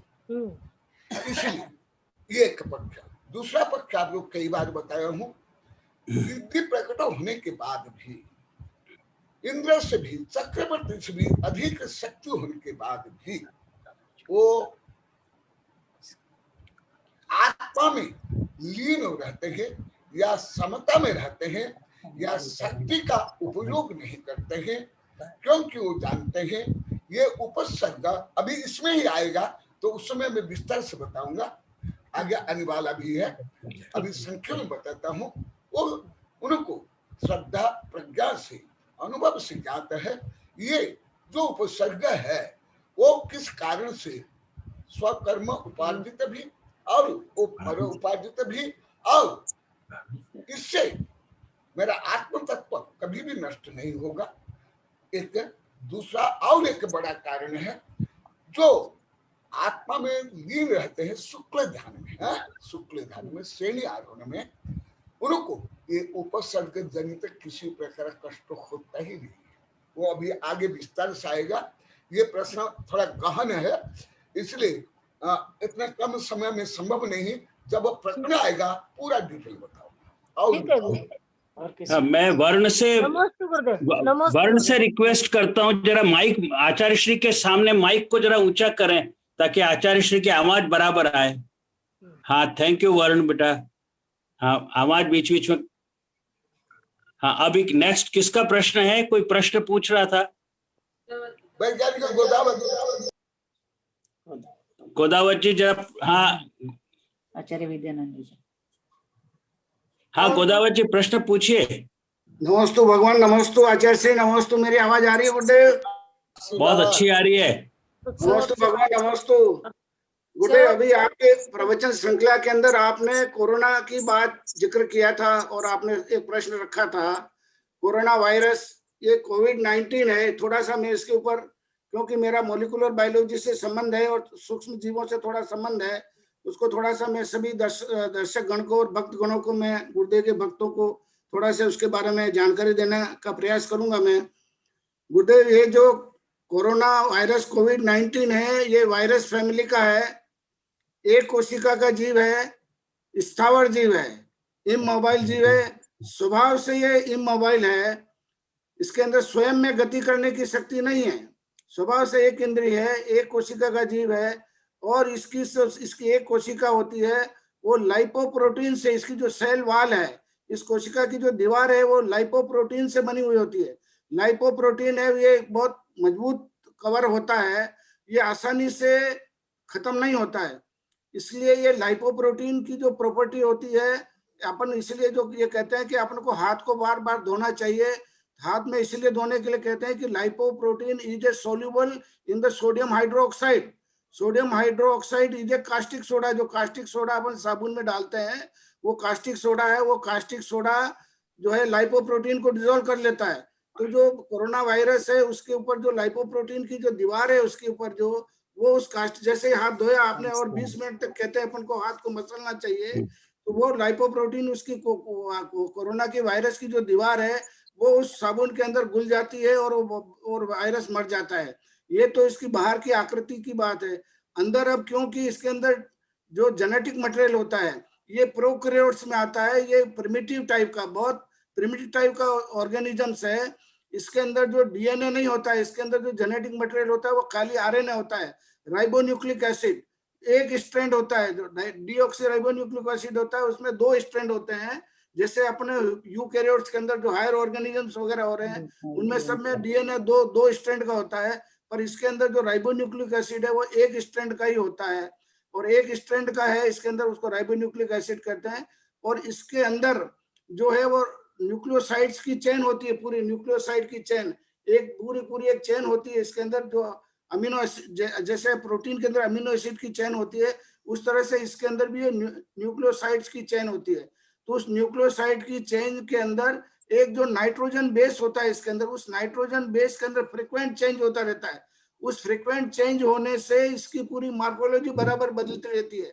जो प्रोटीन सिंथेसिस की जो एक्टिविटी है वो बदलती रहती है हमेशा। इसलिए जो ये इसके जो म्यूटेंट बराबर बदल रहे हैं, इसका कारण यही है कि इसके अंदर जो सिंगल स्ट्रैंड जो आरएनए है उसके अंदर जो है बराबर फ्रीक्वेंटली उसके अंदर जो है न्यूक्लियोसाइड के अंदर जो अमीनो नाइट्रोजनस बेस है वो चेंज होता रहता है। और इस तरह से ये इसकी जो है इसके नए वेरिएंट्स बार बार उत्पन्न होते रहते हैं, जिससे कि इसकी जो सारी सिम्टोमेटिक एक्टिविटी जो बदलती रहती है। तो ये स्थावर जीव सूक्ष्म जीव है। स्थावर जीव एक इंद्रिय है, स्पर्शन इंद्रिय है। इसके अंदर स्पर्शन केवल एक इंद्रिय है, इसलिए स्पर्शन इंद्रिय है और ये जीव है। और इसके अंदर स्वयं में गति करने की शक्ति नहीं है ये, इसलिए इसको ये किसी कैरियर के थ्रू ट्रांसफर होता है। इसलिए अब ये किसी के द्वारा एक आदमी से दूसरे आदमी को जाता है। इस तरह से ये जो कोरोना वायरस की एक्टिविटीज है, इसलिए अपने को सावधान रहने की जरूरत है। अपने को मास्क लगाना और हाथ धोने के पीछे जो बार बार कहा जाता है वो इसके पीछे रीजन यही है। अपने को ये सावधान रहने की जरूरत है। इसलिए ये इसका मैंने थोड़ा सा जेनेटिक कंसेप्ट वैसे बहुत डिटेल में, और मैं अगर अपने को जो भी संगोष्ठी होगी है इसके अंदर मैं पूरा इसका विस्तार से इस सूक्ष्म जीव का वर्णन में संगोष्ठी के अंदर करूंगा, सबको समझाऊंगा, इसका पूरा वैज्ञानिक एस्पेक्ट और आगम का जो एस्पेक्ट है। गुरुदेव के चरणों में त्रिकाल नमोस्तु करते हुए मैं अपनी बात को नमोस्तु भगवान, नमोस्तु नमोस्तु। आप उसमें गोदावत साहब और इससे भी आप जो सब्जेक्ट है आपके पास किताब होगी सूक्ष्म जीव विज्ञान, शुद्ध जीव विज्ञान, इसमें दिगंबर सितंबर जो उच्चतम ग्रंथ में जो वर्णन है वो भी है, इसका भी अवलंबन लेना। बिल्कुल गुरुदेव, ये बिल्कुल मैंने आपकी पुस्तक में हमेशा मेरे पास ही रखता हूँ मैं गुरुदेव। ये तो मेरे लिए बहुत बिल्कुल रामबाण दवाई है मेरे लिए। तो हर जगह पे मैं आपकी इस पुस्तक का उपयोग करता हूँ। मैं सारी चीजें मुझे इसमें मुझे हेल्प मिलता है, रेफरेंस के लिए, मेरे संदर्भ के लिए आपकी पुस्तक मेरे लिए रामबाण है गुरुदेव। मैं गोदावत साहब के एक विनती जरूर करना चाहता हूं कि अभी all India institute medical science के डायरेक्टर जो हैं उन्होंने ये कहा कि इसके वेरिएंट इस तरह से पूरा चेंज हो गया है कि अब ये एयरबॉर्न हो चुका है। इसकी वजह से इस वाले फेज में इतने ज्यादा मतलब नंबर ऑफ पेशेंट्स इंक्रीज हो गए और इतनी ज्यादा डेथ हो रही है। तो इसके ऊपर भी जब कॉन्फ्रेंस हो तो इस पक्ष के ऊपर भी, इस विषय पर भी कि वो एयरबॉर्न आप कह रहे हैं कि वो जो है स्थावर तरह का है, तो फिर ये एयरबॉर्न क्या प्रोसेस क्या है, तो प्रोसेस उस समय समझाएं।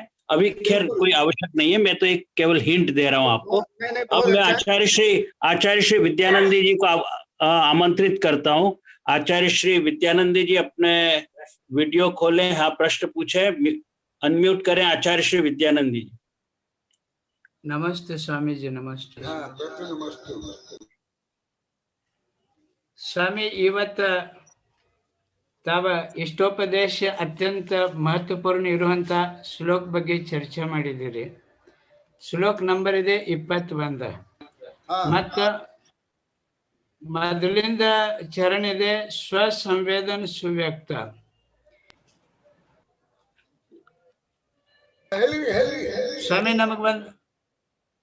ಸ್ವಾಮಿ ನಮಗೊಂದು ಜಿಜ್ಞಾಸೆ ಇದೆ. ಆತ್ಮ ಚೇತನ್ ಸ್ವರೂಪ ಇದೆ, ಚೇತನ್ ಅಂದ್ರೆ ಆತ್ಮ, ಆತ್ಮ ಅಂದ್ರೆ ಚೇತನ ಅಂತ ಬ್ರಹ್ಮಕುಮಾರಿ ಪ್ರಜಾಪತಿ ಅವರ ಅನುಯಾಯಿ 5 ಕೋಟಿ ಜನ ಇದ್ದಾರೆ. ಮತ್ತು ಅವರ ಕಕ್ಷದಲ್ಲಿನೂ ಕೂಡ ಇದೇ ಟ್ರೈನಿಂಗ್ ಕೊಡ್ತಾರೆ, ಈ ಆತ್ಮ ಚೇತನ್ ಸ್ವರೂಪ ಇದೆ ಮತ್ತು ಸ್ವ ಸಂವೇದನದಿಂದ ಅನುಭವ ಮಾಡುವಂತದ್ದು ಆತ್ಮ ಇದೆ ಅಂತ. ಭಗವದ್ಗೀತೆದಲ್ಲಿನೂ ಕೂಡ ಇದೇ ಮಾತು ಹೇಳಿದೆ. ಆದಾಗ ಪ್ರಜಾಪತಿ ಬ್ರಹ್ಮಕುಮಾರಿ ಅನುಯಾಯಿ ಮತ್ತು ನಮ್ಮ ಭಗವದ್ಗೀತಾ ಅನುಯಾಯಿ ಇದ್ದಾರೆ. ಮತ್ತು ನಮ್ಮ ಜೈನ ಧರ್ಮದಲ್ಲಿ ಆತ್ಮ ಸ್ವರೂಪ ಏನು ಹೇಳಿದ್ದಾರೆ, ಚೇತನ್ ಸ್ವರೂಪ ಇದೆ, ಚೇತನದ ಅನುಭವ ಮಾಡ್ಬೇಕಂತ. ಮತ್ತೆ ಸ್ಥಾನಕವಾಸಿ ನಮ್ಮ ತೇರಪಂಥಿ ಶಿವಮುನಿಗಳು ಕೂಡ ಇದೇ ಹೇಳ್ತಾರೋ, ಆತ್ಮ ಚೇತನ್ ಸ್ವರೂಪ ಇದೆ ಮತ್ತು ಸ್ವಸಂವೇದನದಿಂದ ಅದು ಅನುಭವ ಮಾಡ್ಬೇಕಂತ. ನಮ್ಮ ಪ್ರಶ್ನೆ ಇದಿದೆ ಸ್ವಾಮಿ, ಇವು ಬೇರೆ ಸಂಪ್ರದಾಯ ಜನ ಆತ್ಮದ ಸ್ವರೂಪ ಏನು ಹೇಳ್ತಾರೋ ಅದು ಸರಿ ಹೇಳ್ತಾರೆ, ಮತ್ತು ಇದೇ ಪ್ರಕಾರ ಆತ್ಮ ಅನುಭವ ಮಾಡ್ಬೇಕಂತ ಹೇಳ್ತಾರೆ. ಆದಾಗ ಅವ್ರಿಗೂ ಸಮಯ ದರ್ಶನ ಪ್ರಾಪ್ತ ಆಗಬಹುದು ಏನಂತ ನಮ್ ಜಿಜ್ಞಾಸೆ ಇದೆ. मैं बीच में क्षमा चाहता हूं, लेकिन आचार्य विद्यानंदी जी, ऑडियंस सब मराठी नहीं है, ऑडियंस हिंदी स्पीकिंग है और हिंदी समझने वाली है।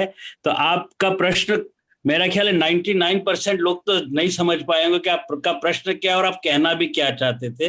मराठी तो नहीं है, वो कन्नड़ में है। कन्नड़ में हाँ कन्नड़ में होगा। ये तो और भी ज्यादा क्लिष्ट वाली बात हो जाएगी, मराठी तो शायद और भी समझते, लेकिन एनीवे अब आचार्य श्री समझ गए तो आचार्य श्री इसका हिंदी में कम से कम जवाब दे, वो कन्नड़ में ना। गुरुदेव प्रश्न का अनुवाद भी बताएं। संक्षेप उत्तर है गुरुदेव पहले नहीं मधुक भाई रहने दो, बस सीधा उत्तर आएगा, आचार्य जी से उत्तर आएगा, उससे समझ जाएंगे। तो संक्षेप में मैं बताता हूँ, कार्य विपर्यास, कारण विपर्यास और कार्य कारण विपर्यास। इसके कारण मराठी कन्नड़ तर्क शास्त्र में और आप लोग गोमर सागर आदि में पढ़ाए हूँ, इनके कारण कार्य कारण विपर्यास आदि के कारण जो वस्तु स्वरूप जैसे है तैसे जब तक श्रद्धा पूर्वक वो भी अनंतानंद क्रोध मान माया लोभ और मिथ्यात्व के यथा संभव उपसमक्षय नहीं होने के कारण वहां जो आत्मा संबंधी जो पूर्ण श्रद्धा और प्रज्ञा होती है, जब तक वो नहीं होता। अब भी किताब आई है बहुत, यही प्रश्न के उत्तर में लिया देखा देता हूँ केवल। हाँ, वो सम्यक दृष्टि का व्यापक दृष्टि जल्दी लिया। ये उत्तर इसी यही प्रश्न के उत्तर में, यही प्रश्न के उत्तर में ये पूरी किताब पढ़ना पड़ेगा। ये देखा, सुदृष्टि धार्मिक के वैश्विक दृष्टि, प्राथमिक धार्मिक के यथार्थ दृष्टिकोण, ये अति विस्तार से जो उच्चतम ग्रंथ और तत्पात श्लोक वार्तिक अलंकार उसका आधार पर मैं लिखा हूं। अभी केवल आपको इतना ही उत्तर दूंगा, ज्यादा उत्तर नहीं दूंगा। कार्यकारण आदि विपर्यास से जब तक दूर नहीं होगा और जो आप लोग को पढ़ाया हूं पंचलब्धियों का यथायोग्य जब तक समन्वय नहीं होगा और कर्ण लब्धि नहीं होगी, तब तक जीव को जो श्रद्धा और प्रज्ञा होती है उसमें किसी न किसी रूप में जो चल मल अवगाढ़ दोष है, वो जब तक पूरा दूर नहीं होता है उसको यथार्थ आध्यात्मिक श्रद्धा नहीं होता है।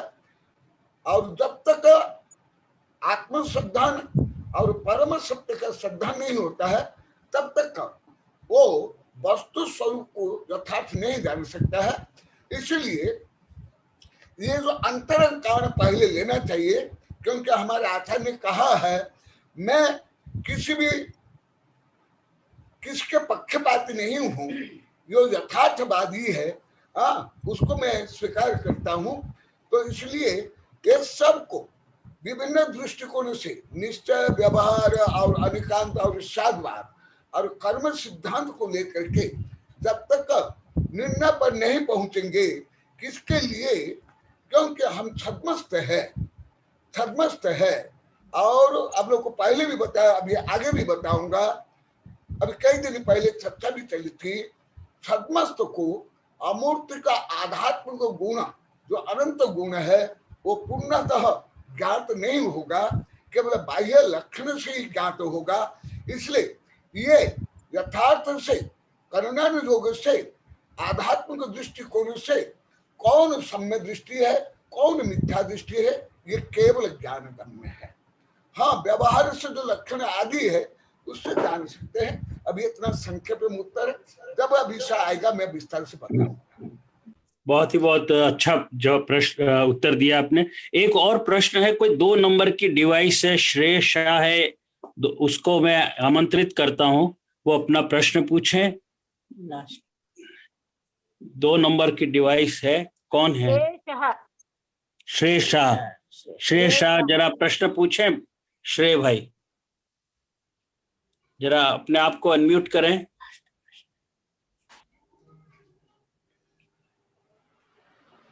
श्रेय शाह हैंड रेस किया है, नहीं आ रहे हैं।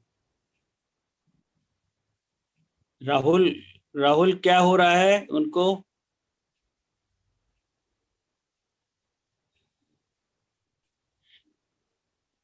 हेलो, हाँ सर।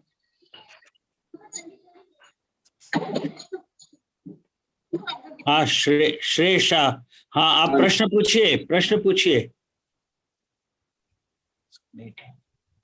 श्रेय, एक मिनट।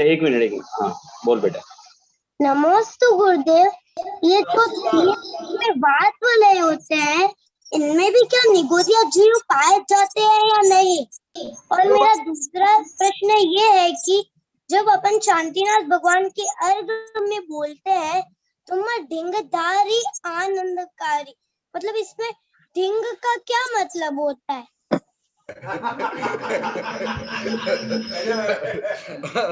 और पहला प्रश्न प्रमुख है, वो पहला प्रश्न करो। ये तो दूसरा प्रश्न आपके पिताजी वगैरह दे देंगे। हाँ चलो, पहला दिया प्रश्न वापस बोल। गुरुदेव ये जो 3 लोग होते हैं, इनमें जो वात वाले होते हैं, इनमें भी क्या निगोदिया जीव पाए जाते हैं कि नहीं? मैं कई बार बताया हूँ, वो जो सूक्ष्म निगोदिया है, स्थूल निगोदिया नहीं। अभी भी वैज्ञानिक गोदावरी साहब बता रहे थे ना, हाँ, वही प्रकरण में ये है। तो जो वो बता था वो भी सही है, वो स्थूल निगोदिया है, ग्रॉस निगोदिया है। और जो मैं बता रहा हूँ वो 5। तो जो उसमें भी कई भेद प्रभेद है। तो जो सूक्ष्म निगोदिया है उसके लिए कोई स्थान नहीं चाहिए, उसके लिए कोई आधार नहीं चाहिए। वो सर्वत्र विचरण करते हैं और किसी को भी बाधा नहीं पहुंचाते हैं, उससे रोग नहीं होता है।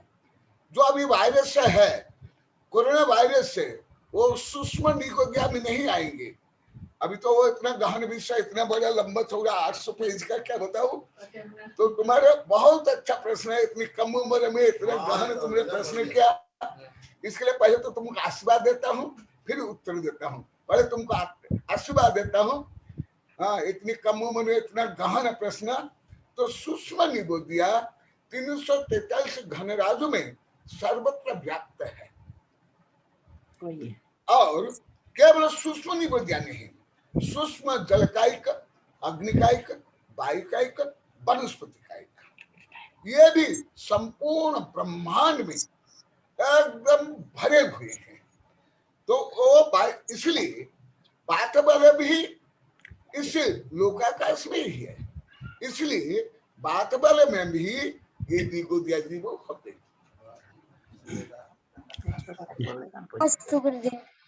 हाँ, मैं अब मुनि आज्ञा सागर जी को आमंत्रित करता हूं कि वो 2 शब्द और ये आज का जो प्रवचन रहा उस पे अपना कुछ कमेंट जो है वो प्रदान करें। मुनि आज्ञा सागर जी, नमोस्तु गुरुदेव, नमोस्तु, नमोस्तु गुरुदेव, नमोस्तु। राजमल जी, मुझे एक मिनट। गुरुदेव की जय। विशेष सूचना, श्रीमती ज्योति जी पाटनी नागपुर वालों की तरफ से 11,000 रुपया आहार दान और 11,000 रुपया ज्ञान दान का प्राप्त हुआ है। वे धन्यवाद के पात्र हैं। हम उनकी बहुत बहुत अनुमोदना और प्रशंसा करते हैं। राजमल जी, मैं 1 मिनट आचार्य श्री से चाह रहा था। नहीं, अभी बाद में मुनि आज्ञा सागर जी आ चुके हैं। हाँ गुरुदेव, आप प्रश्न अपना उद्बोधन दीजिए, कमेंट दीजिए। आप मुझे निवेदन और जैसे अनुमात्रा अपना स्वरूप को संवेदनात्मक का विवेचन किए है, आत्मा का है, इसका विवेचन किए है। गुरुदेव थोड़ी आवाज कम आ रही है, थोड़ी सी जोर से आनी चाहिए। माइक है नजदीक में कहीं? हाँ, गुरुदेव ने आत्मा का जो स्वरूप बता दिया, इसमें संवेदन आत्मा का अनुभव को अथवा आत्मा ज्ञान दूसरों से अनुभव नहीं कर सकते हैं और पहले में अनुभव करेगा। इसके बाद में गुरुदेव ने एक श्लोक पर 1-1.25 घंटे का लक्षण किए हैं। तो अपना आत्मा स्वभाव को समझने के लिए समझाया। वो तो गुरुदेव ही समझा सकते हैं, हर कोई अच्छी बात नहीं है। और इसके साथ साथ जो संवेदनात्मक तभी होगा जब अपने शून्यत्व भाव, अन्य सारे प्रापंच का व्यवहारिक से अपने मुक्त होकर के जब अपने आप को शून्यत्व पर ले जाएंगे, तो समस्त वैभव प्राणों को छोड़ देंगे, तभी संवेदन का अनुभव हो सकता है। इसी को गुरुदेव ने कहा। और इसके साथ साथ मैंने गुरुदेव का चरणों में बार बार वंदन, जैसे कल के कार्यक्रम इस कोरोना का परिस्थिति में भी गुरुदेव ने जो दूसरों तक क्या उपकार के लिए हमारे स्वयं का निमित्त से तथा हमारा कारण से जो कोरोना ना फैले, इसे के दीक्षा जैसे महान कार्यक्रमों को भी एकांत में, और एकांत के और बहिरंग भी था, ऐसा किसी प्रकार का आडंबर के बिना और भीड़ के बिना जो एकांत में उन्होंने संपन्न किए हैं, इसका मैंने कितना भी प्रशंसा करे, इसका गुण का अनुमोदन करे, अनुकरण करे तो कम है।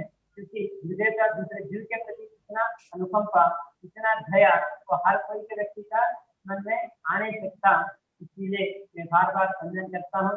और उनका ज्ञान के बारे में अपन क्या कह सकते हैं, आपने जैन साहब ने आपके ज्ञान के बारे में, आचार्य विद्यानंद गुरुदेव ने भी आपके ज्ञान के बारे में तो खूब भारी प्रशंसा की है। मैं इसका सर्व से अनुमोदन करता हूँ और जो गलती होंगे तो मैं क्षमा चाहता हूँ। नमोस्तु गुरुदेव,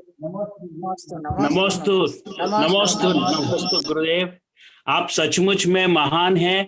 इन दिनों में आप एक जंगल और पहाड़ी क्षेत्र के अंदर बहुत दूर विराजमान है और वहां पर जैन धर्म का ज्ञान जो है उसकी प्रभावना कर रहे हैं, अपने ज्ञान की गंगा बहा रहे हैं। बहुत अच्छा, हम सब आपके जो है चरणों में नतमस्तक हैं। नमोस्तु नमोस्तु नमोस्तु आज्ञा सागर जी गुरुदेव। अब मैं आचार्य श्री विद्यानंदी जी को आमंत्रित करता हूं कि वो अपना लास्ट मिनट प्रश्न पूछ लें। बहुत ही शॉर्ट में, संक्षिप्त में पूछें, समय हो रहा है। गुरुदेव को नमस्ते। यह राजमल जी को भी मेरी जिज्ञासा है, कोई मेरा प्रश्न नहीं है। गुरुदेव, मैं मेरे ऑक्सीजन का चेकअप करता रहता हूँ। अभी मेरा जो ऑक्सीजन है कभी 97 दिखाता है, कभी 95 दिखाता है, 94 से लेकर के 92 तक आता है। तो 92 तक आना मेरे लिए कुछ रिस्क है क्या? मैं आपसे ये जानना चाह रहा था। कोई रिस्क नहीं है। मेरे से पूछ रहे हैं या आचार्य श्री से पूछ रहे हैं? आपसे भी, आचार्य श्री से भी। अच्छा, आचार्य श्री को आचार्य श्री जवाब दे दो, फिर बाद में बोलूंगा। और स्वच्छ वातावरण में रहना चाहिए, पेड़ के पास रहना चाहिए और प्राणायाम में योगासन करना चाहिए, कपालभाति आदि। और आप जानते होंगे, मैं सुबह सुबह ऊपर आकाश के ओर देख करके दीर्घ श्वास लेता हूँ, धमनी जैसे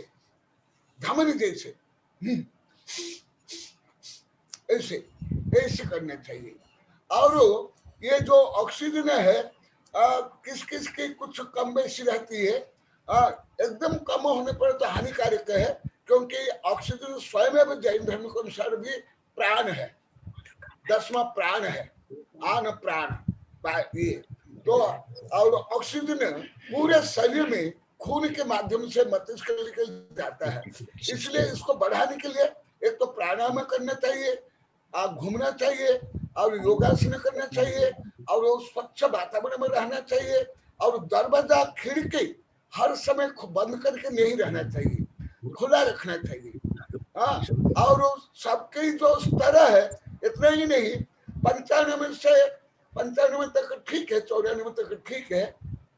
और जो कम परिश्रम करते हैं उनके लिए कुछ ऑक्सीजन कम चाहिए, जो ज्यादा परिश्रम करते हैं और जो शारीरिक से ज्यादा जो मानसिक परिश्रम करते हैं उनको ऑक्सीजन ज्यादा चाहिए, क्योंकि ब्रेन 20% ऑक्सीजन ग्रहण कर लेता है। तो इसलिए कोई आप जो बताए उसका अनुसार कोई ज्यादा खतरनाक नहीं, पर ये सब कर लेना चाहिए जो मैं बताया आपको। और ये वो खाना भी लेना चाहिए, जो मैं आप लोग कई बार बताया हूँ। जी जी, राजमल जी कुछ कह रहे थे। नहीं, मैं तो साइंटिफिकली बता रहा था कि जो डॉक्टर्स की सिफारिश है वो ये कि 90 से ऊपर और 100 से नीचे होनी चाहिए। तो बिटवीन 90 एंड 100 ओके है, लेकिन 94 से लेके 97 ये बराबर जो एक आइडियल और नॉर्मल आदर्श जो नंबर है वो ये है। और इसके लिए जैसे आचार्य श्री ने बताया, तो उस तरह की एक्सरसाइज करने से और सबसे बड़ी बात है कार्य करते रहो। अगर आप काम करते रहेंगे तो ऑक्सीजन अपने आप ही शरीर के अंदर लेवल जो है वो बराबर रहता है। हम स्थिर हो जाते हैं, अक्सर बैठ जाते हैं, कुछ काम नहीं करते हैं, तो इस तरह से तो उस समय मुश्किल होती है। दूसरा सबसे बड़ा ये कि पर्यावरण शुद्ध होना चाहिए। ऑक्सीजन की अवेलेबिलिटी नेचर से जो है, प्रकृति से, वो जो है ज्यादा महत्वपूर्ण है। इसलिए अच्छे पर्यावरण में रहें, वो आवश्यक है। मैं अब आज ज्यादा समय नहीं लेकर के, क्योंकि समय हो चुका है ऑलरेडी, और मैं जैनम वालों से कहूंगा कि सबके वीडियो खोल करके, और आचार्य श्री से अनुरोध करूंगा कि जिनवाणी का पाठ करके और ये आज का सेशन समाप्त करें, सबको आशीर्वाद दें और सेशन समाप्त। आचार्य श्री से अनुरोध करता हूँ जिनवाणी का पाठ करें।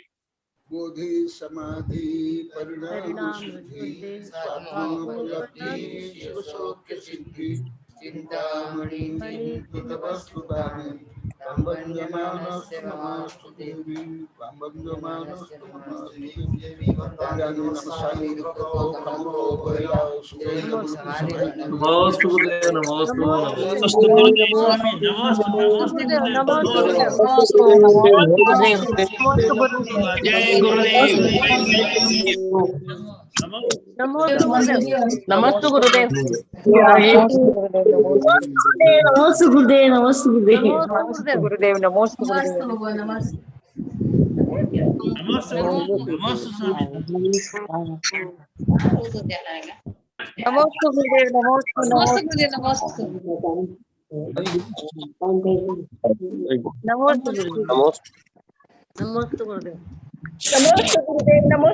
नमोस्तु नमोस्तु नमोस्तु भगवान नमोस्तु नमस्ते गुरुदेव नमस्ते गुरुदेव नमस्ते गुरुदेव अंदर अंदर बैठा हूँ नमोस्तु गुरु नमस्ते गुरुदेव नमस्ते आचार्य भगवान श्री कनक नंदी जी गुरुदेव की